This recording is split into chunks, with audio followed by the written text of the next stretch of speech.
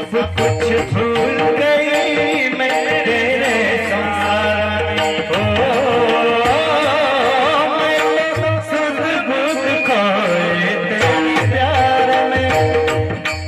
ग ग ग म ग रे ग म ग म ग ग ग म ग रे सा रे प सा नि ध प नि ध प म ध प म ग ग ग प ध सा सा रे म ग रे सा सा म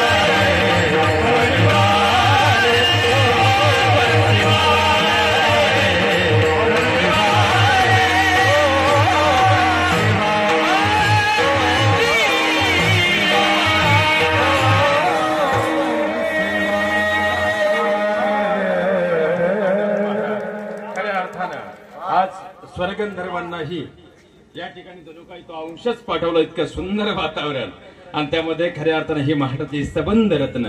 आणि या रत्नांबद्दल बोलायचं म्हटलं तर खऱ्या अर्थानं ज्ञानाची उंची असताना नम्रतेचा साज किती उंचीचा असावा. कारण वारकरी हा ज्ञानानं नाही नम्रतेने ओळखला जातो आणि ते दोन्ही उंची त्यांच्या अंतकरणात ठावले बसलेले आहे.